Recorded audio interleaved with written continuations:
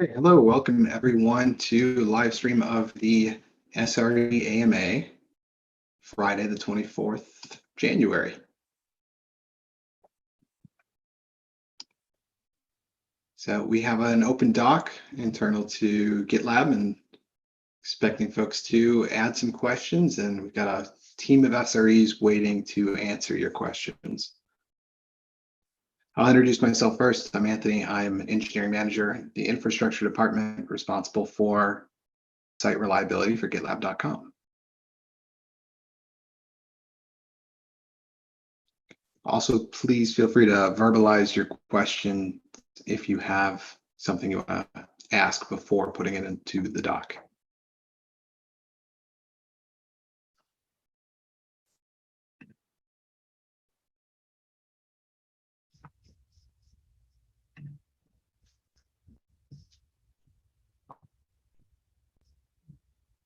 I have a question. How is our testing of Puma going? I can answer that. I'm actually working on it right now. So we've been looking at performance of Puma on production and on Canary. We did a bunch of testing on staging first, obviously, and it looked to be comparable. So we, promoted to Canary. It looked to be okay there as well. We enabled Puma on the first couple web nodes, and there we saw like a slight degradation. So we dug into it a little bit more, and it looks like it's not as big of a problem as we thought. It looks like that maybe the latency, the differences are due to node-specific issues and not Puma itself. But what we're trying to assure ourselves is that we don't perform any worse because we're very latency sensitive on GitLab.com. So we just want to make sure that we perform as well as Unicorn. It doesn't look like we're probably not going to perform any better, and that's not the point of Puma. The point of Puma is to save memory. And for that, we do see a significant savings, but we're not really memory limited on GitLab.com, just the way that we have our architecture and things deployed right now. Memory isn't our biggest issue. We are CPU bound. So the next step for Puma is going to be rolling it out to more servers in production. We're probably going to do another 10 and then 50-50. And this will give us a lot more data to make sure that we aren't seeing any, we're not taking a hit on performance. And if all looks well, then we'll roll it out to the entire fleet.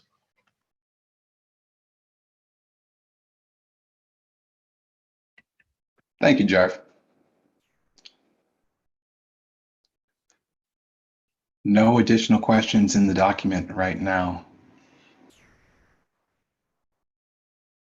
I had a question I could verbalize. I was curious about workflows kind of in the SRE group, and kind of from some of my experience, I've had a lot of times there are, we'd call it like internalized pain or toil, or, examples of things where maybe there's tooling challenges. So I was curious if anyone had examples of places where, for example, you have to collect information from a bunch of different tools and that's tedious, or things that are slow to load, challenging on kind of a ergonomic level.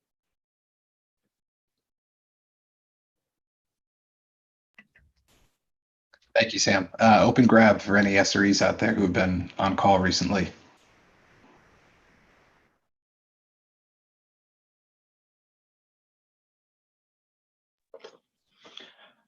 I guess I can maybe start a little bit of an answer for that. We do have quite a lot of information overload. When we get alerts, if you want to starting from our on-call workflow, we get an alert and we have Grafana graphs, we have some runbooks. The runbooks are actually quite good. But we also have to go and look at Kibana and look in logs to see if there's any information there.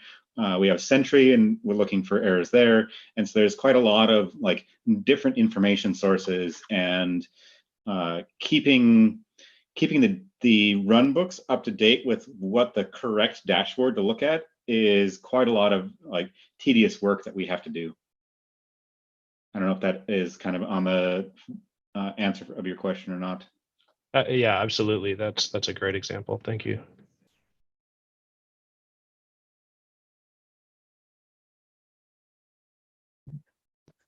One of the reasons why we have issues similar to that information sprawl is that we are monitoring a monolith, and a lot of the alerting ingresses aren't necessarily aligned with very specific categories. So sometimes the alerts are defined and titled well enough that they have a run book or some other source of documentation and a graph with that alert.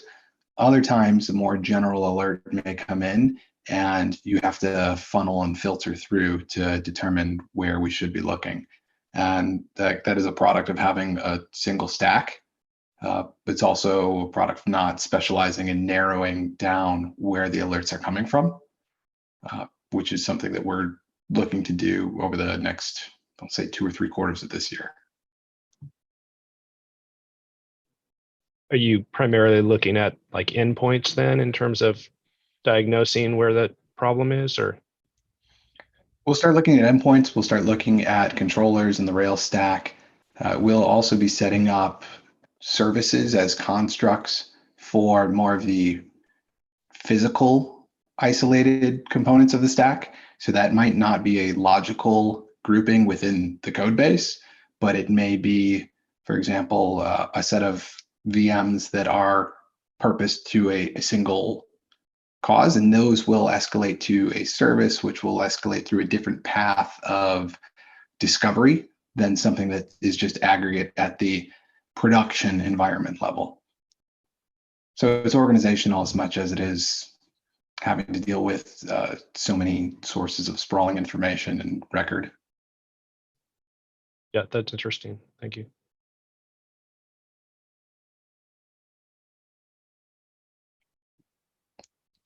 All right, Ben, you have number 3, if you'd like to verbalize your question. Sure.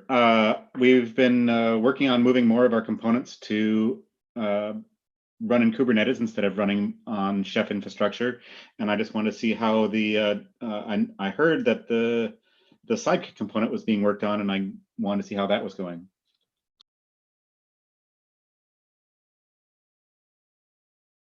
I can speak to that again, as well as Scarbeck, since Scarbeck's doing a lot of work for this, and so am I. We had a demo today, and every Friday, if you want to join, we do demos of what we're doing with the Kubernetes migration. It's on the team meetings calendar, and it's also recorded, I'm sure.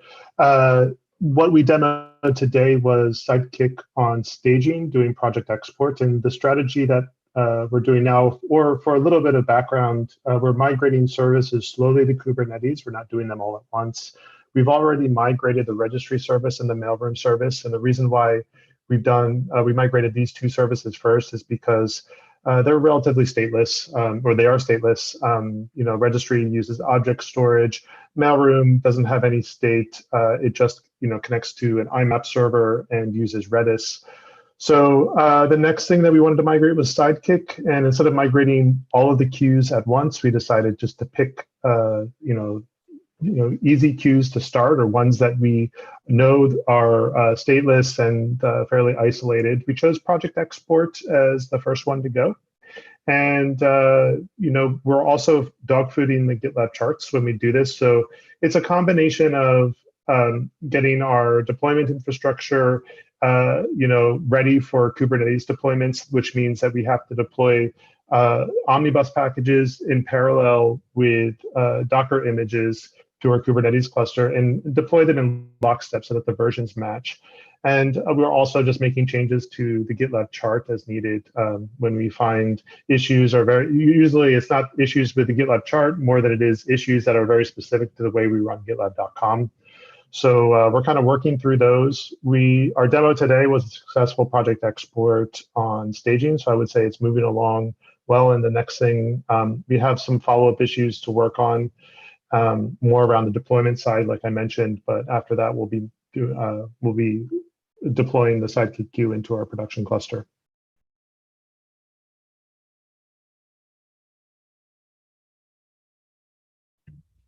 John Scarbeck, anything you want to add to that?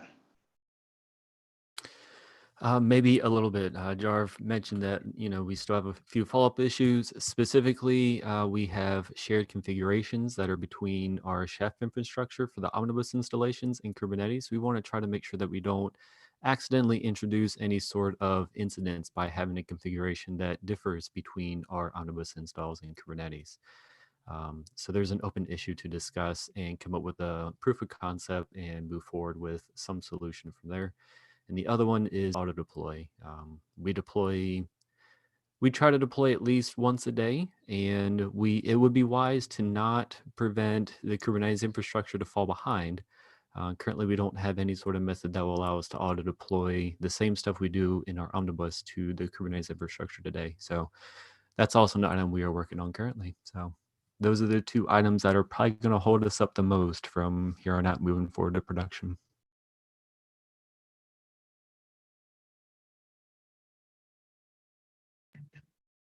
Thank you both.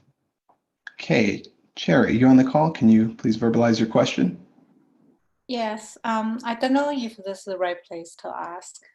It just, in October and November, we had some experience with the slowness, and I won't call it reliability issue, but there's just some kind of response or performance concerns with the site.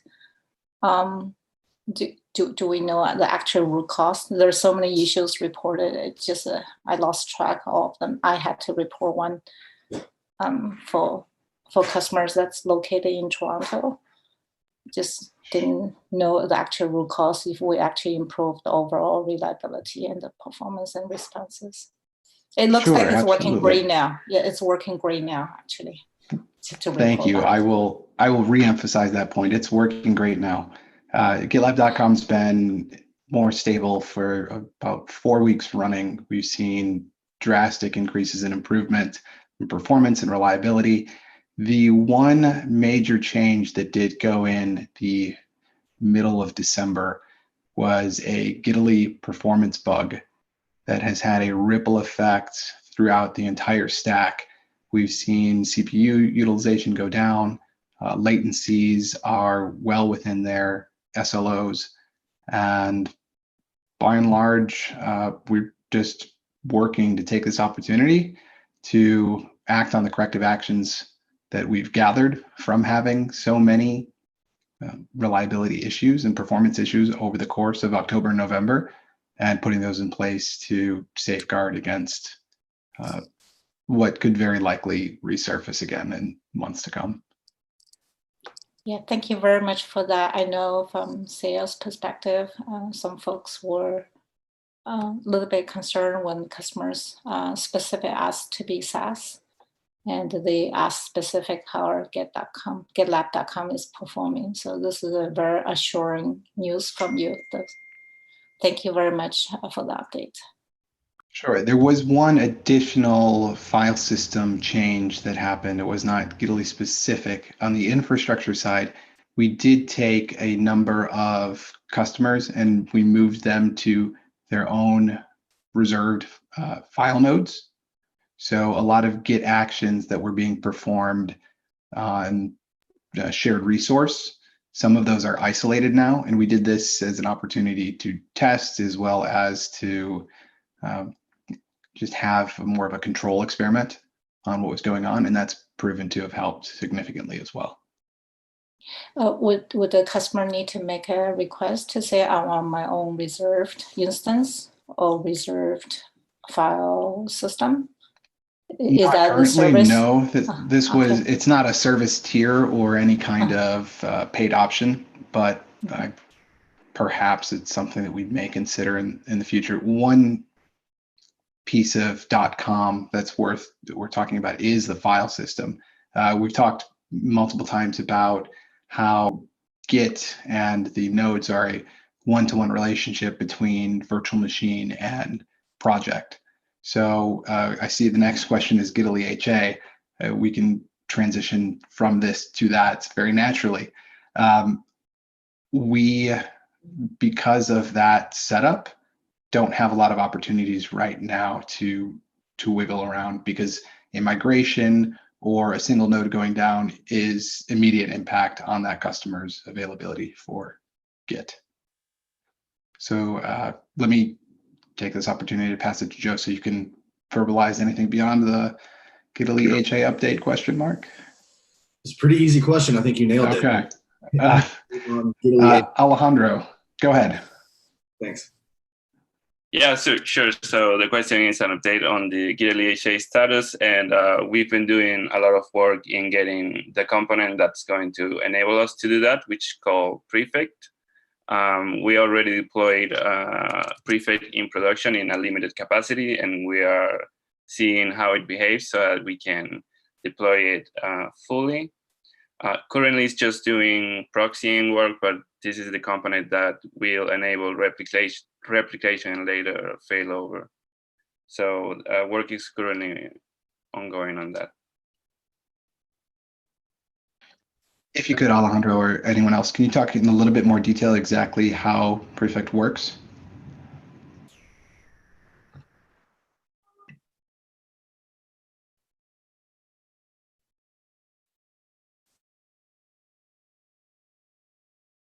Not sure Alejandro heard your question and talking in more detail about Prefect. Yeah, maybe just a higher level overview of how it works and how it is a. Oh, sure. Yeah.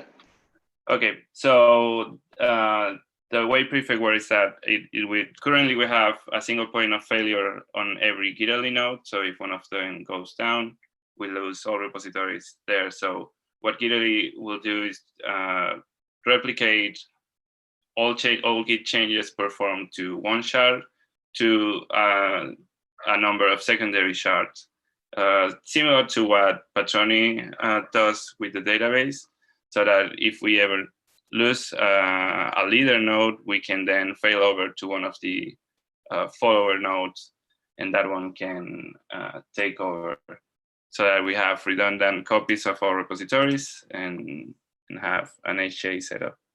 But I don't have a lower level detail on that. The link to the readiness review, this is Dave, I think is a pretty good link to the reference architecture for that. I'd also note, a big thanks to the Gitly team. I think both SRE and Gitly are working together pretty well in terms of testing this safely in production as we start to learn more about it. So it's a good example of the two teams working together, which is pretty cool.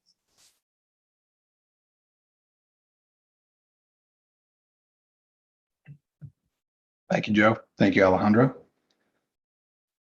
All right, I believe we're at the end of questions in the document.